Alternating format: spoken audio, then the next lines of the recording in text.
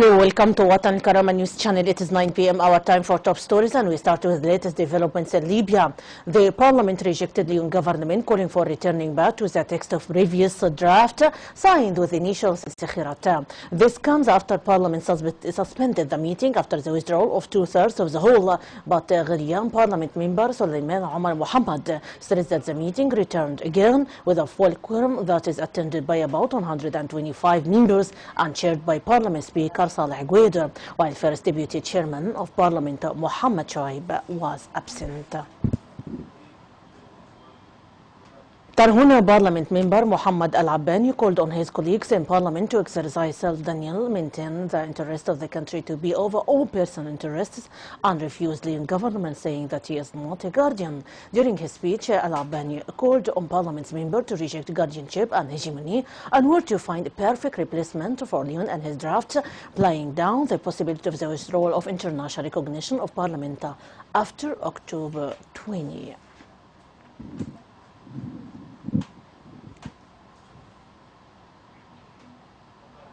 The National Commission for Human Rights condemned the escalation of crimes and violations of the terrorist Daesh group in Derna and certain cities.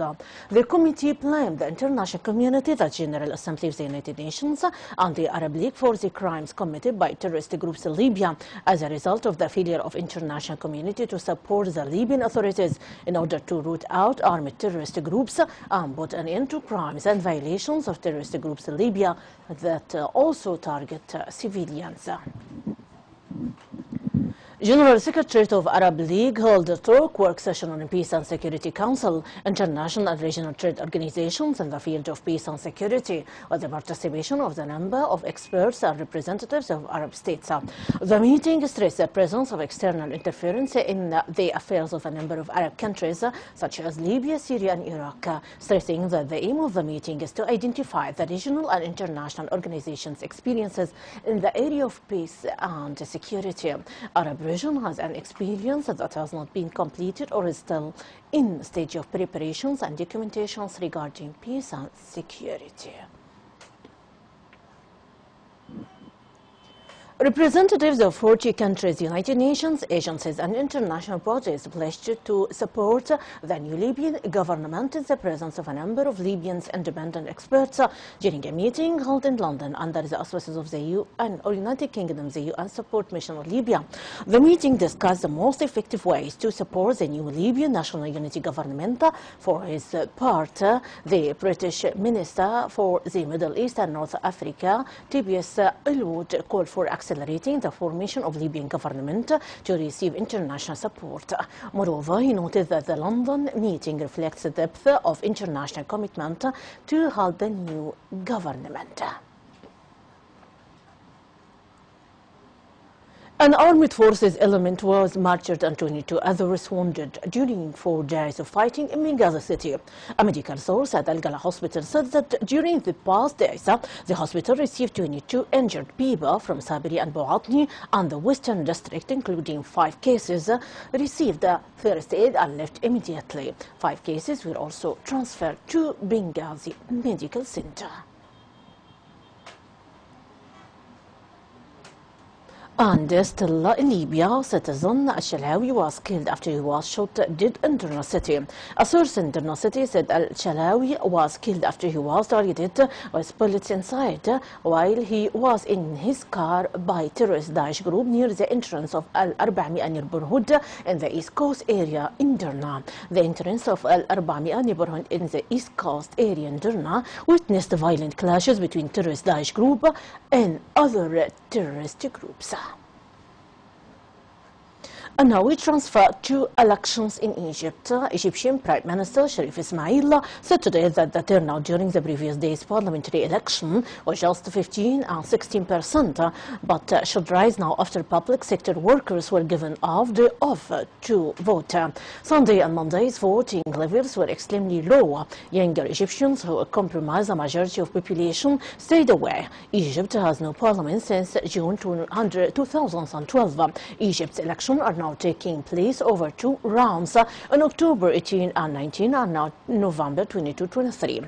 This week, voters cast their ballots in 14 regions, including Egypt's second city of Alexandria on the Mediterranean coast. UN-sponsored talks to end month of fighting in Yemen will convene in Geneva on the end of October. The UN Special Envoy for the issue has announced, urging the parties to try to make the negotiations a success.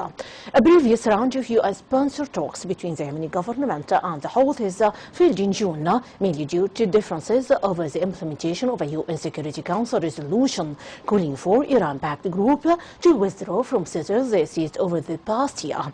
The UN Special Envoy to Yemen, Ismail Sheikh Ahmed, wrote on his Facebook page that after talks with President Abdurrahman Mansour Hadi in Saudi Arabia, he had managed to persuade all the parties to attend a new round of talks in Geneva at the end of this month.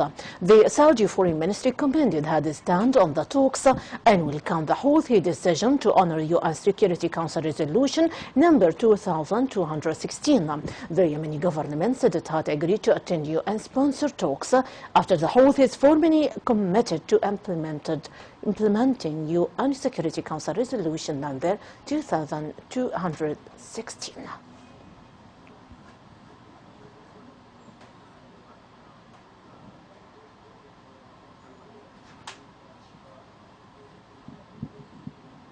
Israel set up roadblocks in Palestinian neighborhoods in East Jerusalem and deployed soldiers across the country today in an effort to stop a wave of Palestinian knife attacks. In the latest incidents in the city, a Palestinian who attempted a knife attack was killed and another was seriously injured.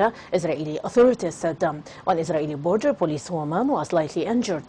Last week, a Palestinian stabbed and wounded a 70-year-old woman outside Jerusalem Central bus station at the entrance of the city before an officer shot him dead, a police spokesman said. The almost 3 weeks of violence has killed 41 Palestinians, including demonstrators at anti-Israeli protests.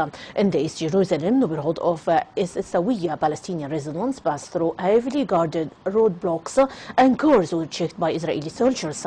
In the West Bank city of Ramallah, Hanan Ashrawi, member of the Executive Committee in the Palestine Liberation Organization PLO, says the security measures were part of the persuasive cruelty of the Israeli occupation. My audience, this is my final item for today. That is also my wrap-up of our top stories. For much more, you can check our website www.watanalkarama.tv. Thanks very much for being with us. My greeting, Rانيا البليدي.